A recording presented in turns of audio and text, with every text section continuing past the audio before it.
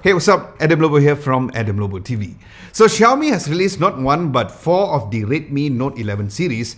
But in this video, I'll be giving you my first impressions and the unboxing on the Redmi Note 11S first, which has a lot of tech which included in the Pro variant, including the massive 108 megapixel camera on this phone. So let's see what else has been included in this phone.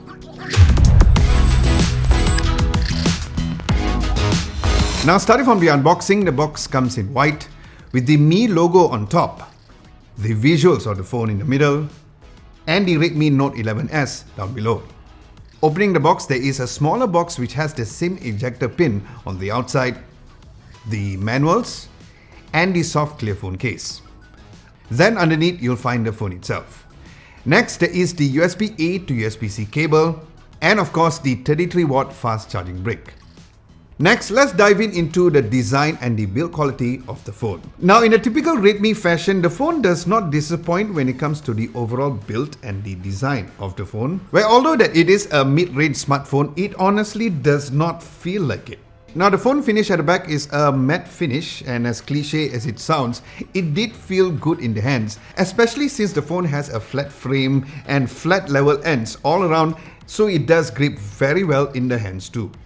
And also worth mentioning is the fact that the phone is IP53 splash proof rated as well. Now, while this review unit that I have is called the Graphite Grey color finish, it's also available in Twilight Blue and Pearl White, where this Pearl White kind of reminds me of the Xiaomi 11 Lite 5G NE based on the pictures, and apparently this particular Pearl White color is also exclusive on the Redmi Note 11S.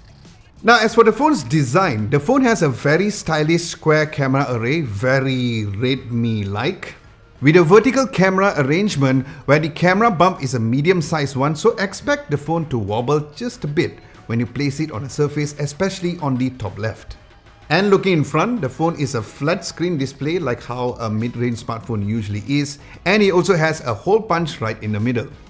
Next, looking at the ports and buttons, other than the USB-C down below, there is one of the dual speaker grills over there, which is using a stereo speaker. Then on the right, there is the volume rockers and also the side power button, which acts as a fingerprint sensor, which does unlock pretty quickly. Then on the left, there is the SIM and the micro SD card slot that can support up to 1 terabyte of storage, and that is nice to know because a lot of smartphone companies are slowly getting rid of this micro SD card slot expansion. Then on top, there is the IR blaster, the other speaker grill, and also a headphones jack. Nice.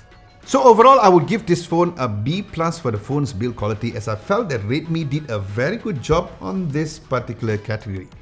Now look at the display. The phone has a 6.43-inch AMOLED FHD Plus dot display, and upon turning on the phone screen, the screen did look pretty great and very bright, especially in this kind of environment, as it has a peak brightness up to 1000 nits. Now the display refresh rate goes up to 90 Hz, which was nice, and since this is an AMOLED display, there is the always on display feature as well.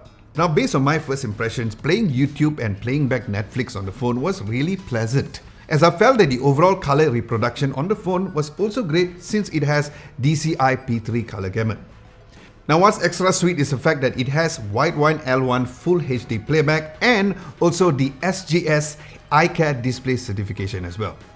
So as for the phone screen, I would give this an A- because I really love the fact that Redmi has decided to go with an AMOLED display instead of cheaping out and giving us an LCD IPS display. Now in terms of the cameras, the main rear camera is a massive 108 megapixel lens, an 8 megapixel ultra wide angle lens, a 2 megapixel macro camera, and a 2 megapixel depth camera lens. Then as for the front camera, it comes with a 16 megapixel camera.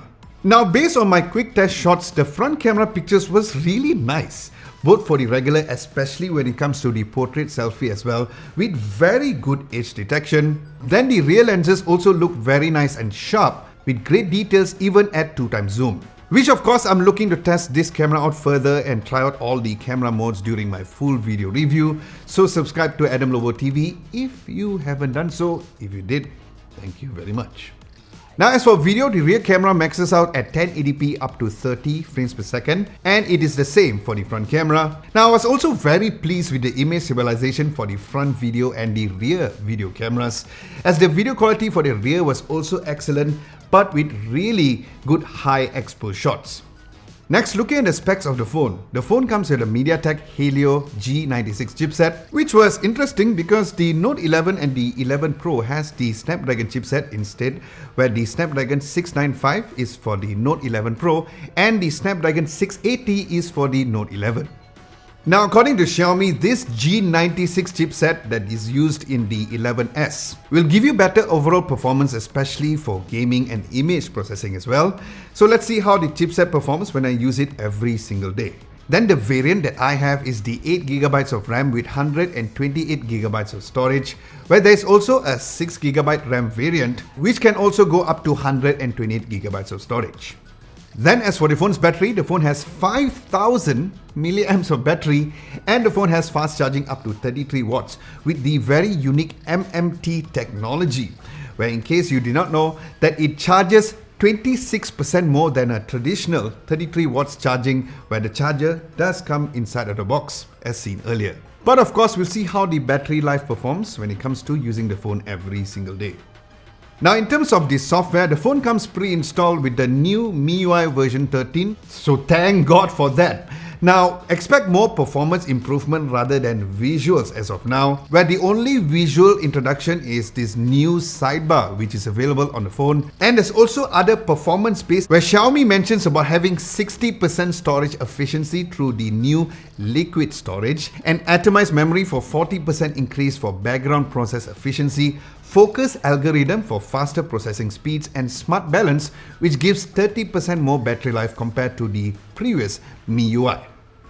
But it is still a 12nm process though.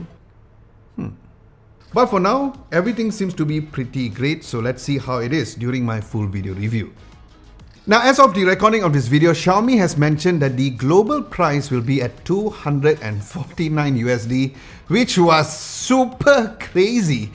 And there's no official price for the phone that has been announced yet here in Malaysia, so stay tuned for that, where I'll either update at the pinned comment below when it comes to the pricing, or let you all know during my full video review.